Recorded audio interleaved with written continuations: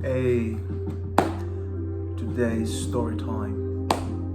So, how's your day been? Hope it's been great. You've had a fantastic day. Personally, a little terrible, rough. Got the old COVID. So I've had two of my vaccines, but I'm immunosuppressed. Where basically that means is I take some immunosuppressants to suppress my immune system, because I'm a transplant recipient. I had a liver donated to me 7 months ago, and because of that I have to take medication for the rest of my life to prevent a rejection of my organ. So here we are, first day, and I'm here, still smiling. My throat feels like razor blades. It's like cutting. When I start coughing, I can't stop. I've got so much flame. I had diarrhea. Sorry, a bit horrible, but it's the truth, you know. And so it doesn't help because I've also got a bowel disease, which is medicated. But don't worry about that. I'm cool. I'm good. That's not what I want to talk about. Well, I just want to talk about resilience. I want to talk about obstacles and the things that stop you from achieving, and that stop me from achieving. And and one of my obstacles, after having a tenacious childhood. So I'm from Africa, basically a country called Malawi, somewhere down south. They say Eastern Central Africa, but for me, when I look at the map of Africa, it's more south than anything else. So it's a country which is, I think, the time I left, I think we were about 12 million, and I think now we're about 18 million. And I've been away from the country for a good 23 years. I think 23 years in December. First came here when I was 12 years old, came with my parents, and went back to Malawi shy of 17 years old, at which point I made a lot of friendships during that time. I got involved with sport, mainly basketball. Had a lot of fun, and my father died in 1996, so being 20, so I had to grow up really fast. I had to mature really quickly. At the time, I was studying accounting.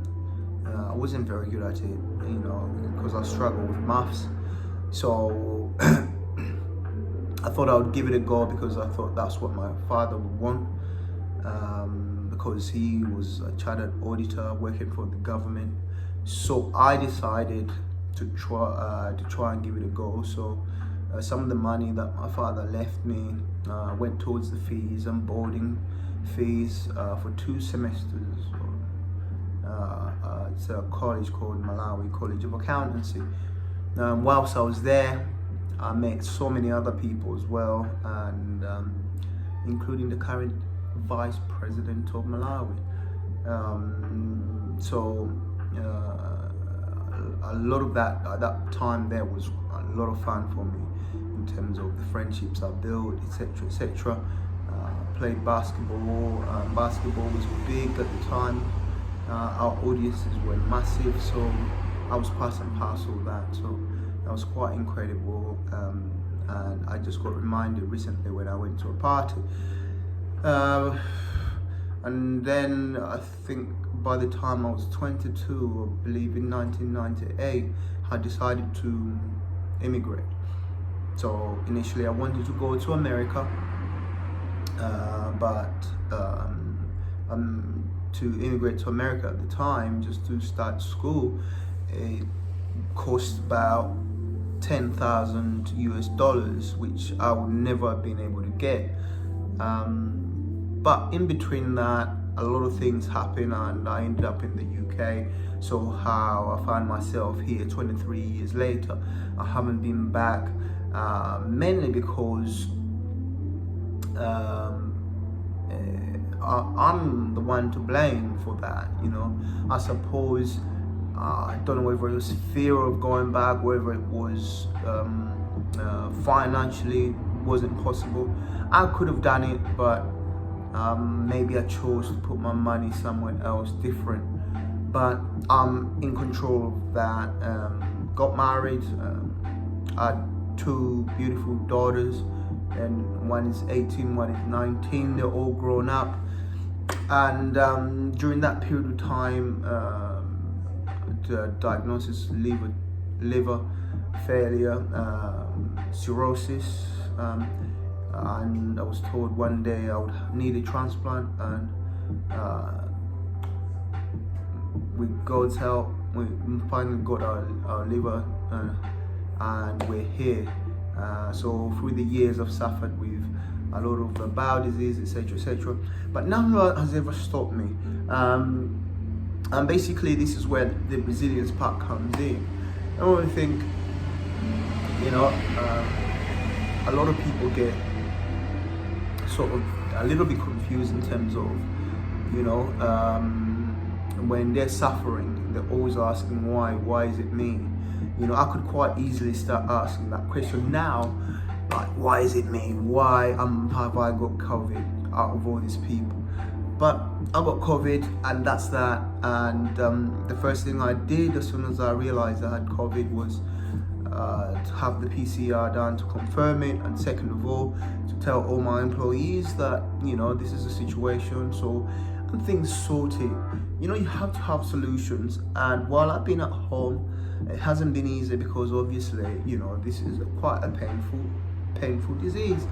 It really just knocks you out, but I thought to myself, it's gonna spend time learning sort of things, and today is a period to learn and reflect on what we can do with our life, so I'm factoring in. I've got so many ideas, and I want to learn a lot of things. I want to learn about love, I want to learn about happiness, I want to learn about money, I want to learn about business, I want to learn about self-fulfillment, empowerment, I want to learn about relationships. So I'm going to spend the next 10 days, 9 days, 10 days literally listening to audiobooks and watching stuff on YouTube, maybe getting on Skillshare and something like that, just to learn.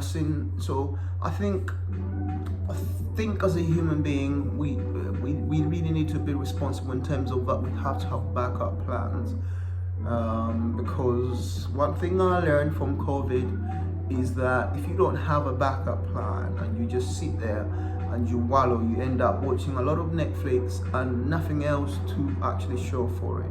So I want to come out these 10 days more empowered than I was 10 days prior to that.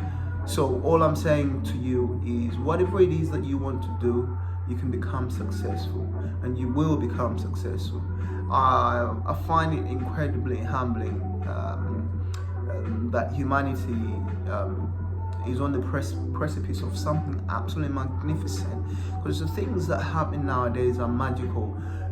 If you think about it, the ability to fly, ability to talk to someone who's 7,000 miles away. I can call my mom anytime and see her face and see how she's looking.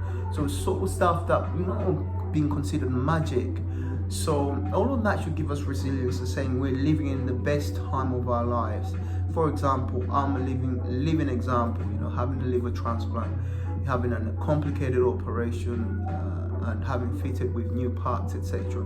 So that's the magic of the world that we live in. And if you don't believe in magic, then start believing in magic, because it is magical, everything that we are. So I wake up every morning and say my prayers and do my meditation, and I thank the Lord that I am alive, because like I've always said, like I said before, there's always someone else who's worse off than you. So you must imagine, like I'm looking at the context of where I'm coming from, and I think this is where things are kind of difficult sometimes.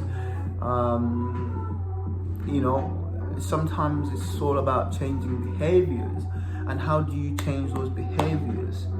Now, some of these are fixing us, and you think, why are they fixing us? So, for example, say I grew up in a society where we always see other races as just a little bit more superior to us, and it was sort of brainwashed to believe that, So when you're growing up, you grow up, thinking that you're quite not good enough yet.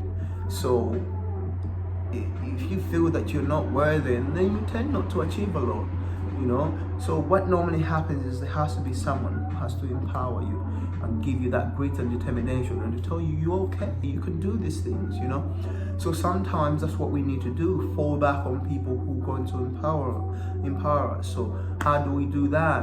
One of the things that I've started using is listen to a lot of audiobooks, and I've also started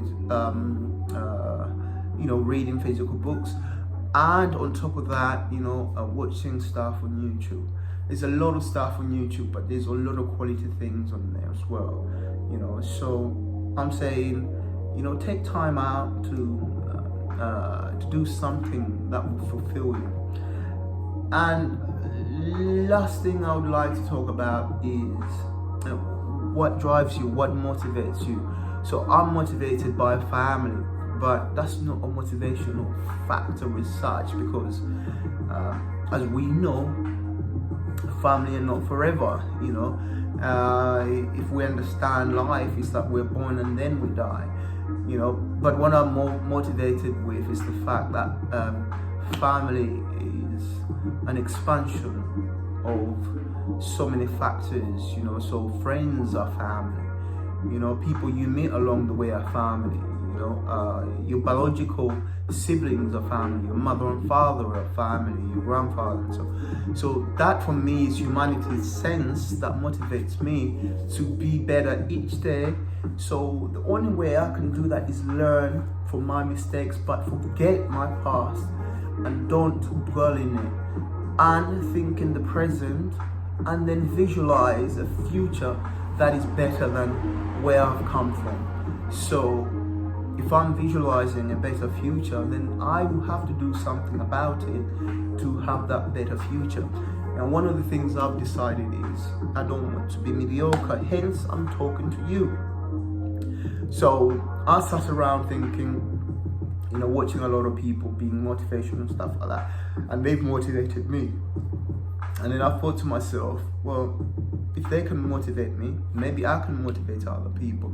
So one of the things I'm doing now is to find at least a couple of people in a day, because we're boundless in this world. And when I say that, I mean we are so global now, social media, whether you're on Twitter, Instagram, Facebook, Twitch, all of that jazz, Snapchat, you can reach so many places, not forgetting YouTube as well.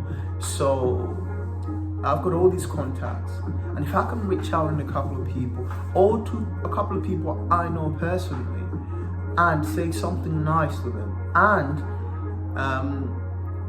make him feel that they're worthy, of being part of this universe, then that my job is done. So that's my gift. And that's my gift to the world, and that's what I want to do. I want to teach the world to just be better, because my emotions tell me it's my time, it's my purpose, this is what I'm going to do for the rest of my life. I am going to give and be motivational to other people. So if you like this, please click the like button and subscribe, and please share. I want this to really be a global thing. Anyway, take care. Namaste. God bless. Inshallah. Peace.